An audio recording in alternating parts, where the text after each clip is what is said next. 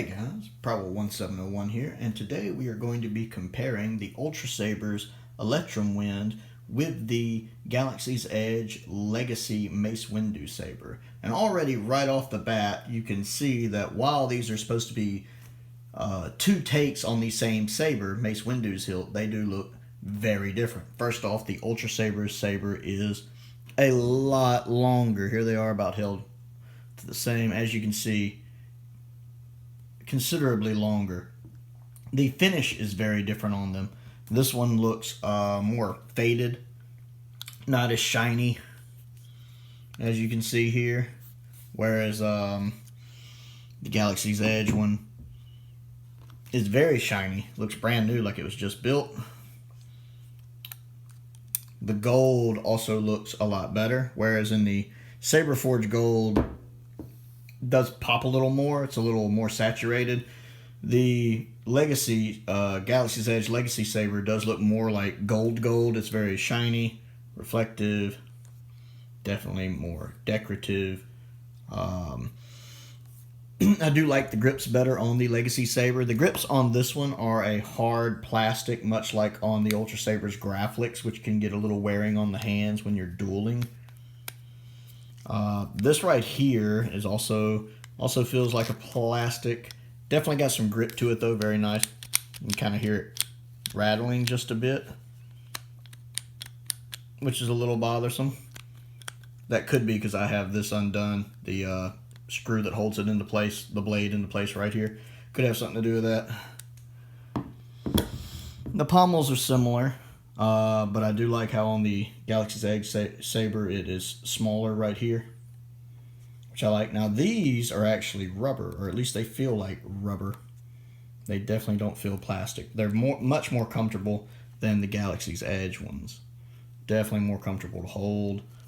This right here is definitely rubber. I love that texture right there, and also much more comfortable to grip. And I like the activation switch right here, although it's not as good using it because this button right here, that's how you activate it. See how it blends in? Unlike the Ultrasabers one, where that's very obviously the power button, which is great if you want to kind of break up the color right there, give a little more gold on silver if you like that. This one's a little more hidden to where if you didn't know it was there, you wouldn't know it was there. For people who like a more movie accuracy, which is probably what this goes for, since it is officially, licensed by Disney and Lucasfilm. Although the problem is when you're actually using it, you can accidentally turn it off, which is not going to happen with this one. And the emitters are similar. I do like that the windows are a little more pronounced on this one. But, yeah. Now, the blades are also different. You have your standard Ultrasabers blade here. This is the heavy grade blade. I'm not sure if this is 36 or 40 inches. I think it might actually be 40 inches. And that'll slot right in, right here. And then all you have to do is get your hex screw and then attempt to get it to slide in there, which it doesn't always like to cooperate. Really trying to find the right screw to get this one in was problematic, or the right hex screw, the hex Allen wrench. There we go, tighten that right in, you're good to go. This one's a little different because whereas this has an LED down in the pommel, and this is just a basic empty blade, the Legacy Saber one has lights in the blade. And so you just connect this here like this. It's really hard to see in there. That goes in like that. You can hear that sound. Turn it counterclockwise, locks into place. Turn it clockwise, pops right back out. Right there. Now the batteries are a little low on this. The Galaxy's Edge Saber takes 3 AAA batteries, and I just don't have any more here. So this looks a little more violet. It should look more of a purple color. As you can see, right when it flashes off, it flashes a deeper purple. That's the color it's supposed to look. You can see it right there as well. And then the Saber's also a little louder when the batteries are up. So you have 3 AAA batteries hidden in the pommel. The pommel does unscrew to reveal the batteries. It's the same way with the Ultrasabers. The pommel right here just unscrews and you can slide that out. This has the lithium ion setup in the Ultrasabers ones, which are rechargeable batteries. You can plug them into your charger, just take the batteries out, pop them back in. Naturally, the Ultrasabers one is louder. That could be, again, because the batteries are lower in this one, but I'm pretty sure that LCD inside board is going to be louder anyway.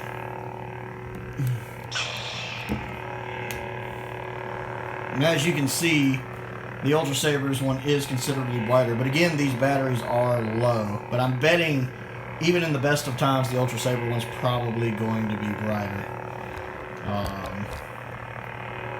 Which saber you want to get really does depend on what you want it for. See how it got a little brighter right as it was shrinking down? Let me start off by saying that this one is not meant for dueling. If you try dueling with this one, you will break it. You will break the bowls in this blade, and you could also break your connector parts. Also, this blade feels more like fiberglass, like it'll shatter. These Legacy Sabers from Galaxy's Edge, they're meant to be shelf queens. That's why they come with this wonderful carrying case right here. I do want to point that out. It does have a very nice carrying case it comes with when you buy it. It's meant to be kept in those or displayed or just picked up and kind of held, you know, that's about it. Whereas the Ultrasaber Saber is meant for dueling. It has a dueling blade. That is actually a heavy grade blade, but you can duel with their mid-grade blades as well to an extent. So if you want something for dueling flat out, you want to get this one. No contest. This one's not made for it. Now if you want something that looks good on a shelf, I think this one looks better. It just looks more regal with that nice glossy silver. That beautiful gold. That's just, this one looks like the gold just looks like it's trying too hard. I like the way the switch looks better on this one. I like the way the pommel looks more low profile on this one. Plus I like the fact this one is smaller. I'm a smaller person at 5'5". I don't like a large hilt quite like that, and that thing dwarfs even my Graphics, as I showed in my review of this saber. So I do prefer this one for looks and this one for use. Let's have a look over here. Let's see. I'll give you all a view of them. As we look at them here, let's see. Now again, this one,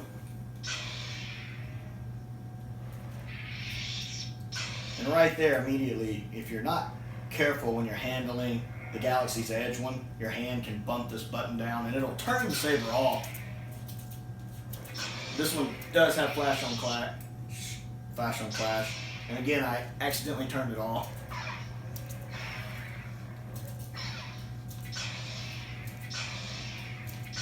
And that's not the flash on clash, that's the saber turning on and off where I'm bumping that button. Because it is easy to bump it. You can have to change your grip. This is naturally how I grip a saber. And you can tell see, there's the actual flash on clash. The other is me bumping that button. But other than that, it's really comfortable to hold. It's actually really, really comfortable. It's a shame you can't duel with it because the hilt is actually very comfortable to hold, considering the size of the hilt and that it's a movie hilt, and movie hilts traditionally aren't the most comfortable to hold. But I actually find it very comfortable to hold. Whereas in the Ultrasabers one is, and right now I can already feel the wobble in the blade. The blade's actually not as situated as well as it needs to be. Let's tighten it down a little bit more.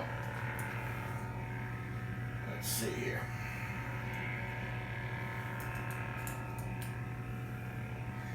Let's see if we can get that blade slotted in there. A little better.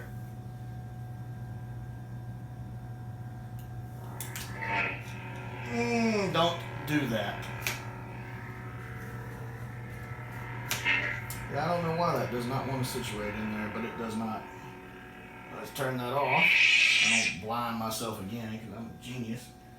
And all I can see is the giant spot in my eye.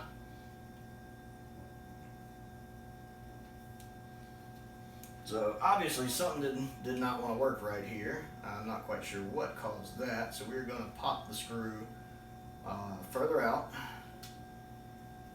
There we go. That's what I needed. I just needed to get the screw a little further down so you can get it in there. Yeah, I guess because the hilt is thicker than a lot of the hilts I use, the retention screw is longer. and I had to make sure I got it out more because the blade wasn't clearing the screw.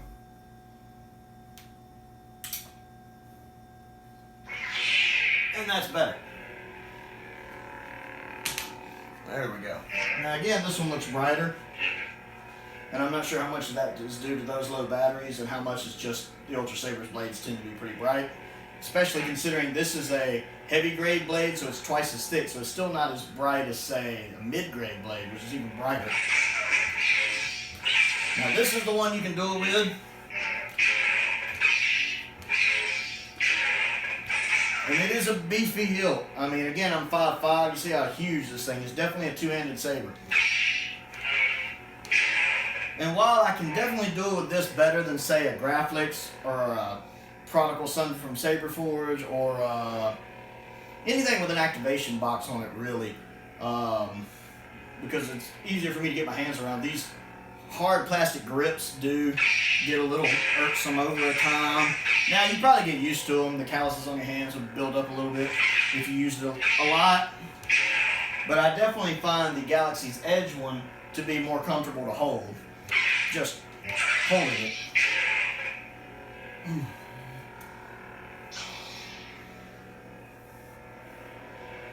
And again, I think this one just needs some better batteries.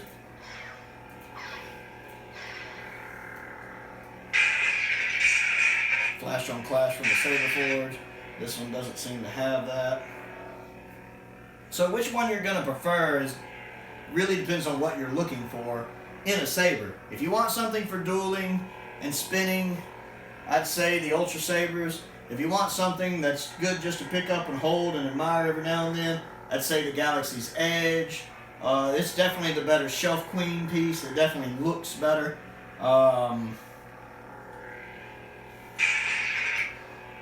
Let's see. Let's turn the lights off and have a look at both of them real quick.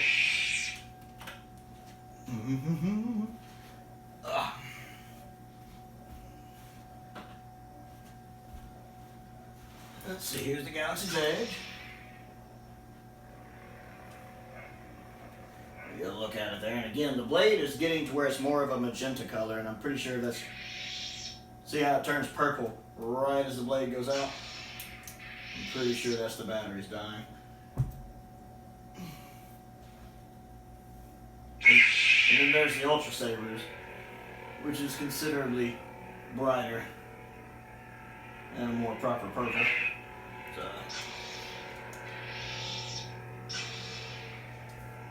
So yeah, it all depends on what you're looking for in a saber, really.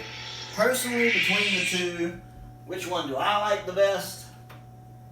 I actually do prefer the Galaxy's Edge the best, because I have other sabers that I would duel with. I naturally duel with smaller sabers, like say the Prophecy or the Prodigy, or an Eon V2 is perfect for dueling and spinning, in my opinion, from Ultrasabers. So I would use, if I had like a Mace Windu Saber, I would use more as a shelf queen, and I really like this one. I think this Galaxy's Edge Mace Windu Legacy Saber is really nice, makes a great display piece. I love the box it comes in. I like picking it up and holding it and just kind of tinkering with it. So yeah, between the two, I picked the Galaxy's Edge.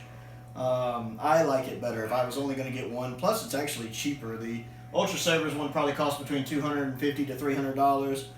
This Galaxy's Edge one, the hilt is about $129, and it comes with the case, and then the blade is about another $50. So even with tax, I think you're looking at around $200. So you're still saving money and getting something that, for what I would want it for, would be a better product. So this has been my review of the Ultrasabers Electrum Wind versus the Galaxy's Edge Mace Windu Legacy Saber. What do you think? Which of the sabers would you rather have if you could only pick one? And yes, I accidentally cut it on again.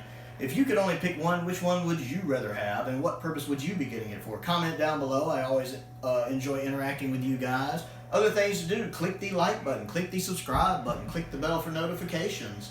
Check out my other channel. I do have another channel called Another Sci-Fi Guy, where I talk about other sci-fi related material, especially Doctor Who. If you're a Doctor Who fan, you will definitely want to check it out. I do new videos daily on that channel. But most importantly, Stay safe out there, and thank you for watching.